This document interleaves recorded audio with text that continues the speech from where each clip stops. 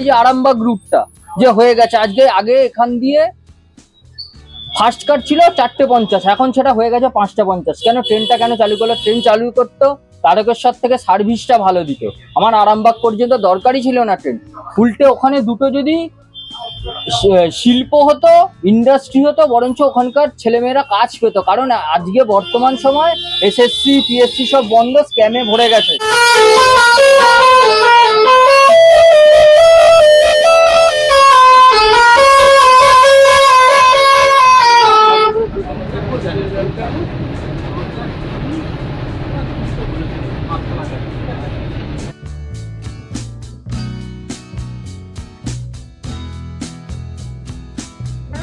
Hello everyone, চলে এসেছি নতুন একটা দিন, নতুন একটা ব্লগ নিয়ে।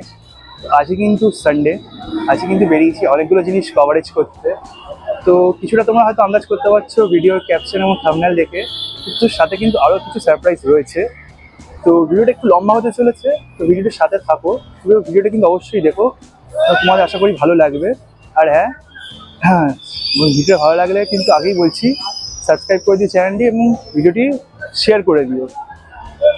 চলো একটু অপেক্ষা করো, সারপ্রাইজগুলো আসছে একটা একটা করে, তোমার ভিডিওর সাথে থাকো, দেখতে থাকো।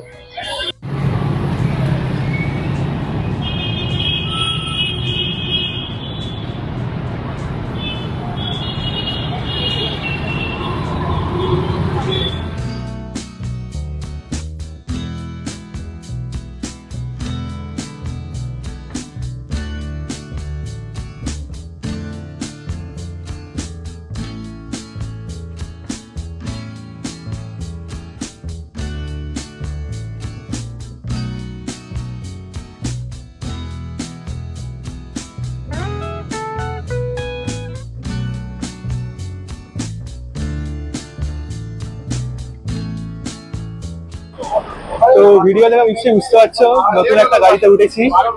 হ্যাঁ, এটা হারোয়া ডানপির নতুন গাড়ি, আজকেই সবাই রাস্তায় নেমেছে। তো খবর পেলে হঠাৎ করে চলে আসলাম গাড়িতে একটা রাইড নিতে। আর ডানপিতে এমনি যাওয়ার কথা ছিল, সেই কারণটা পরে তোমরা জানতে পারবে। তো এটা করেই আজকে ডানপুরি যাচ্ছি, ব্লগ হবে, মিনি ব্লগ। তোমরা জার্নিটা এনজয় করো, তো তোমরা রাইডটা এনজয় করো, ভিডিওতে সাথে থাকো।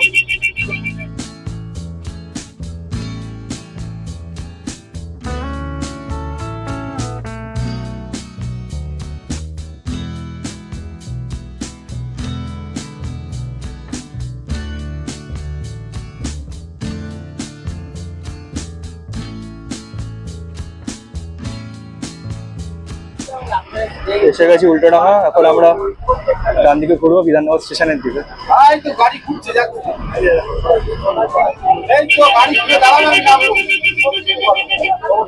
চলে এসছি, দাঁড়াও, চলে এসছি, দাঁড়াও। হ্যাঁ হ্যাঁ ঠিক আছে, দাঁড়াও, নাম বলে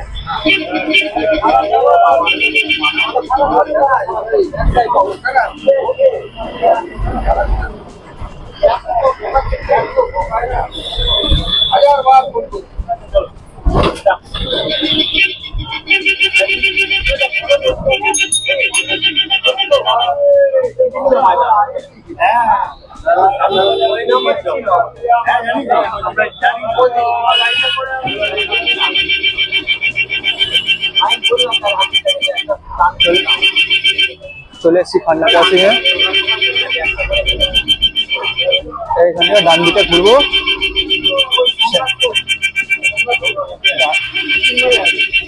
শ্যামবাজারের দিকে আমরা ঘুরে যাবো ডান দিকে।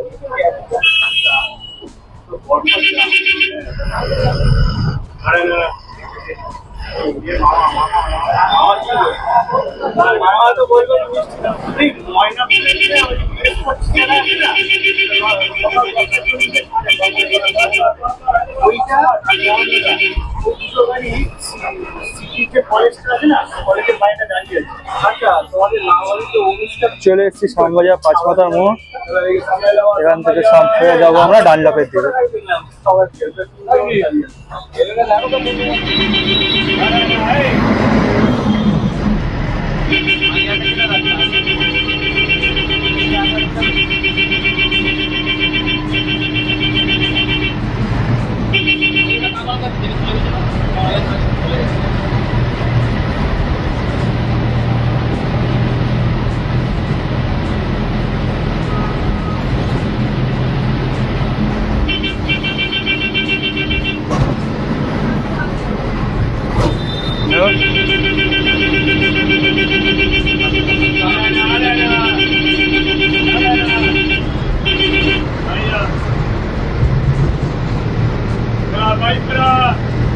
কিন্তু আমরা ক্রস করে ফেললাম।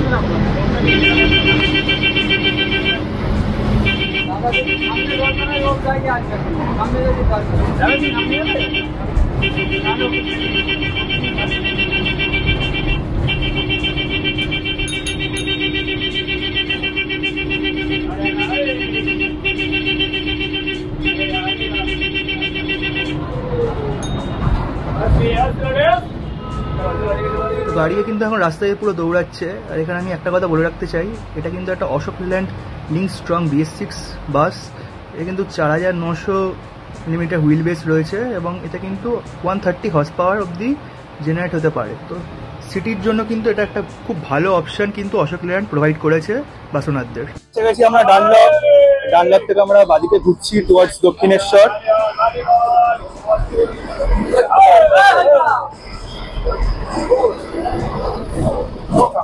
চলো ফুল স্পিডে।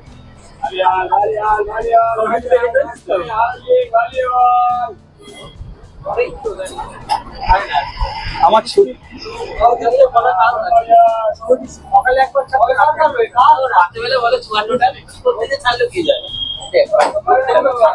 এখন আমরা ঢুকছি দক্ষিণেশ্বর। এখন সার্কেল দিয়ে ঘুরছি আমরা। আমার সবাইকে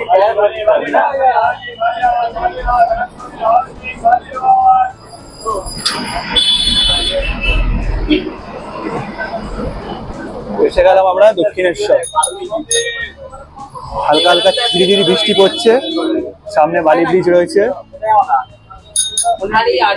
এটা কিন্তু দারুণ এক্সপিরিয়েন্স লাগে, হেভি ব্যাপার। বালি ব্রিজে একটা সুন্দর ওয়েদার, সাথে ব্রিজ দিয়ে একটা জার্নি হতে চলেছে। এনজয় করো মিউজিকের সাথে।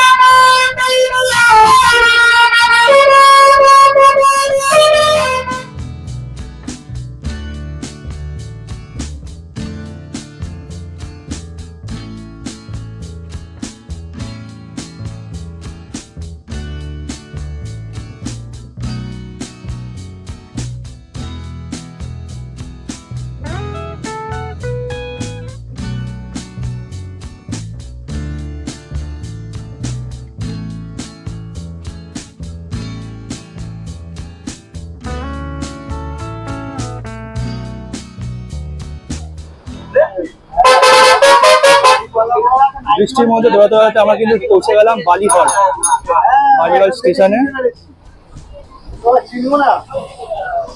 96-42 ছিল।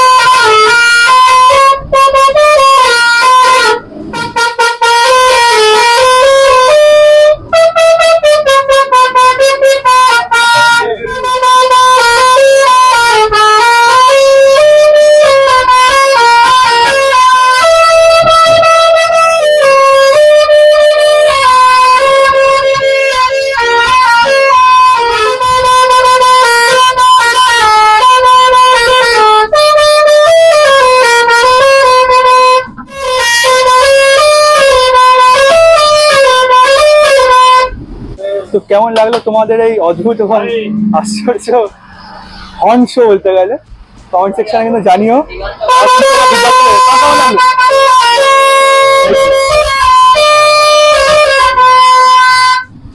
হ্যাঁ, হেভি দুর্দান্ত জিনিস এটা। ভিডিওটা একটু সাথে থাকো, আরো অনেক কিছু চমক কিন্তু আসছে। ডানকুনি হাউজিং বাসের শেষ স্টপ, আমার পেছনে ঠিক বাসটা দাঁড়িয়ে আছে। আর এখানে কিন্তু অজরে বৃষ্টি পড়ছে, বেশিক্ষণ বাইরে দাঁড়ানো যাবে না। তো কেমন লাগলো তোমাদের ওই অদ্ভুত হর্ন শোটা আমাকে জানিও। আর ভিডিওটা একটু সাথে থাকো, আরও একটা চমক রয়েছে কিন্তু এরপরে, এর জন্য আজকে ডানকুনি চলে আসা। সাথে থাকো, আমি আবার আসছি। তো যেই সারপ্রাইজ আমরা তোমাদের বলছিলাম, এটা হলো সেই সারপ্রাইজ। ডানকুনিতে এসেছি এটার জন্যই, এটা কভারেজ করতে। তাই এটা কিন্তু আমাদের দাদা সিদ্ধার্থ দা, অর্থাৎ এই যে হলুদ পাঞ্জাবি পরে দাঁড়িয়ে আছে দাদার বাস। দাদা কিন্তু এই বাস খুব তাড়াতাড়ি দেখতে পাচ্ছ তোমরা কলকাতা থেকে বিষ্ণুপুর রুটের মতো নামিয়ে দেবে। তো গাড়িটা সম্বন্ধে একটু বলে রাখি, গাড়িটা হচ্ছে টাটা এলপিও 1316 গাড়ি। এটা কিন্তু একটা 160 হর্স পাওয়ারের 3300 সিসির গাড়ি, 50 সিটার বাস, 3x2, পুরোপুরি 3x2 গাড়ি। কলকাতাতে বিষ্ণুপুরের মধ্যে চলাচল করবে। তো এখানে ডানকুনিতে কিন্তু সত্যি খুব ট্রাফিক জ্যাম রয়েছে। আমি চেষ্টা করছি একটু সাইড দিয়ে বাসটা কেমন দেখতে দেখানো।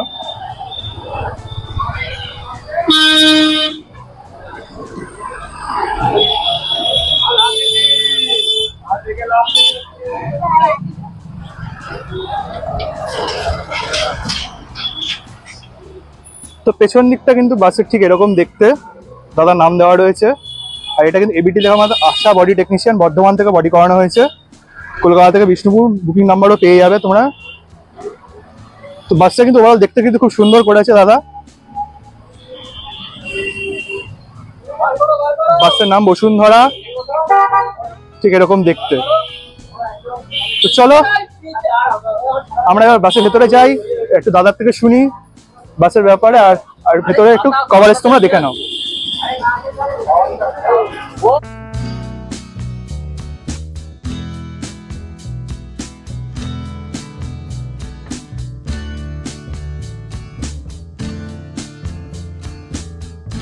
এখন কিন্তু সিট কভার খোলা হয়নি, এরকম দেখতে বাসের ভেতরটা। সিটগুলো এরকম দেখতে, 3x2 গাড়ি।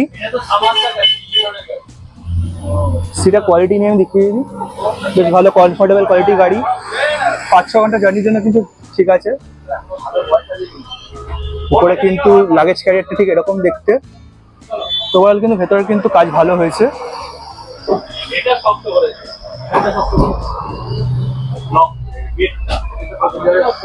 ঠিক আছে।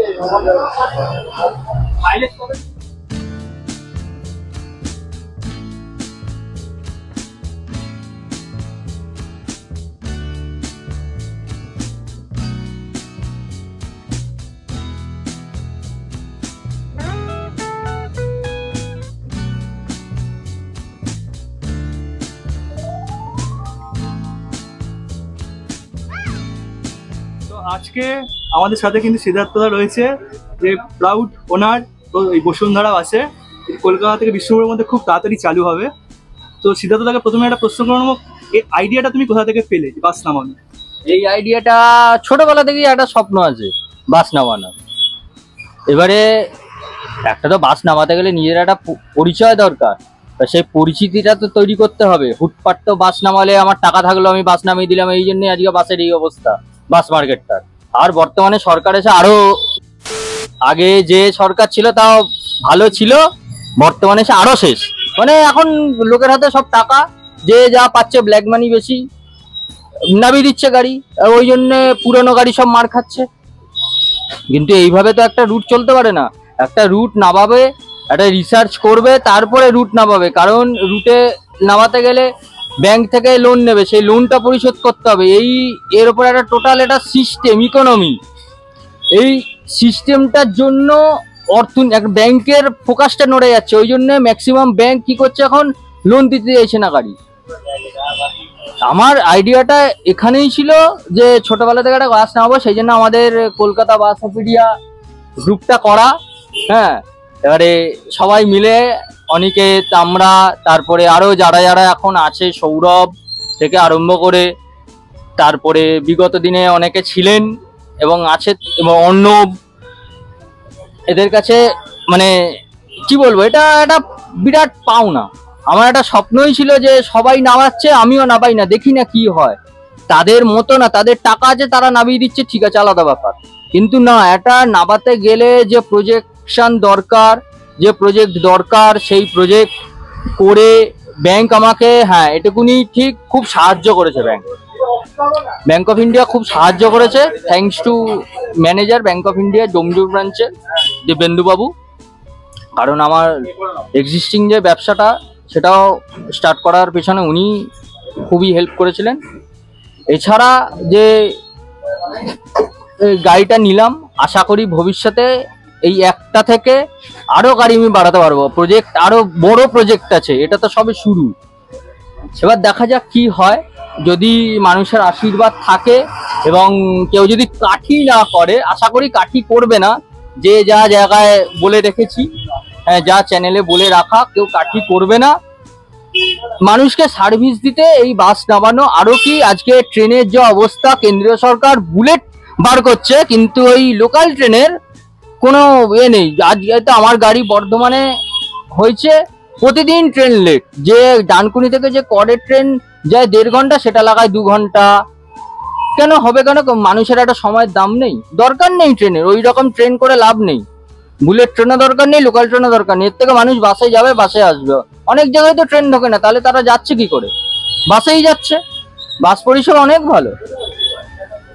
দ্বিতীয় প্রশ্নতে আসছি, তো বর্তমানে তো এসটি রুট প্রচুর চলে শহরের বাইরে প্রচুর রুট চলে। বিষ্ণুপুর লাইনেও শোনা যাচ্ছে যে ভবিষ্যতে ট্রেন চলে আসবে। তো কলকাতা থেকে বিষ্ণুপুর বাস ব্যবসাটা ঠিক এর পরবর্তী ক্ষেত্রে মানে ঠিক কোন জায়গায় দাঁড়াবে, তোমার কি মনে হচ্ছে? আগে ট্রেন হোক, ওটা পঞ্চবার্ষিকী পরিকল্পনা। আমি একটু আগেই বলেছি, কেন্দ্রীয় সরকার বুলেট ট্রেন করছে, কিন্তু ওই লোকাল ট্রেনের ওপর করছে না। ওই ভোট পাওয়ার জন্য আমি এই প্রকল্প ওই প্রকল্প, এই কেন্দ্রীয় সরকারের আগে এই মমতা আমাদের যে ছিল, আমাদের এখন বর্তমান শাসক দলের যিনি মুখ্যমন্ত্রী, উনি ছিলেন আগে রেলমন্ত্রী। উনি ভোট পাওয়ার জন্য, কেন্দ্রে থাকার জন্য উনি এই প্রজেক্টগুলো চালু করেছিলেন।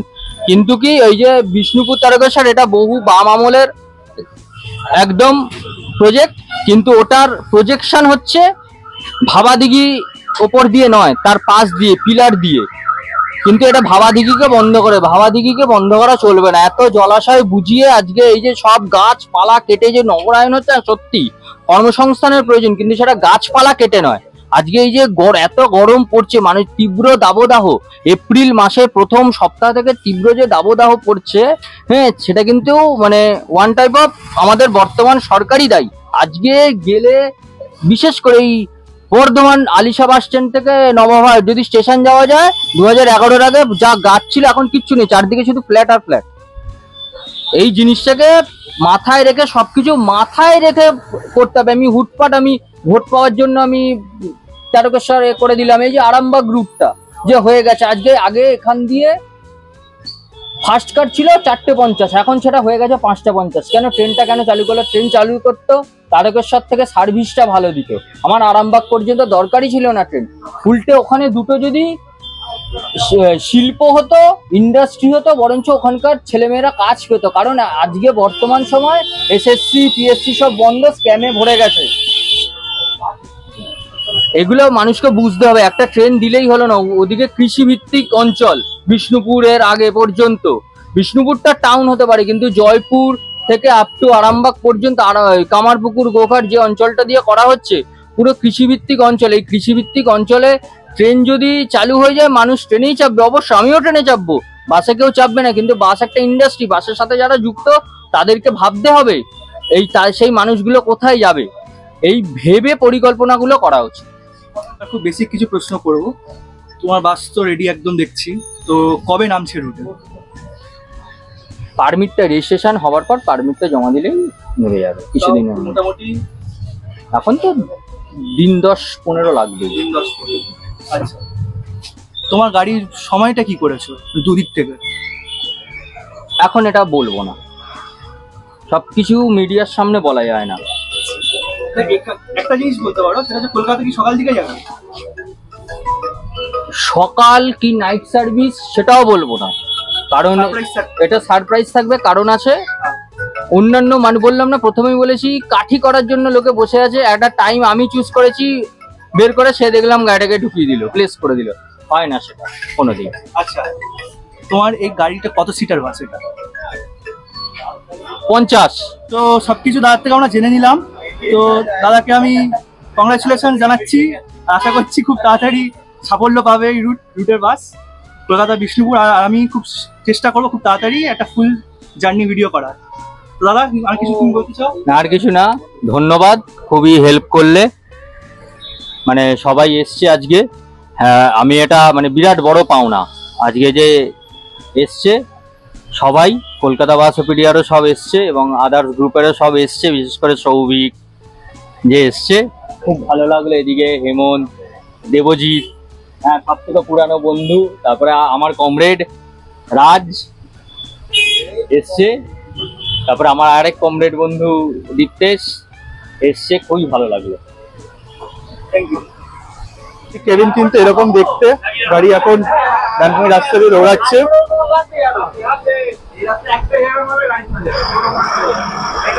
সামনে সিটার কিন্তু ভালো লেগ স্পেস রয়েছে।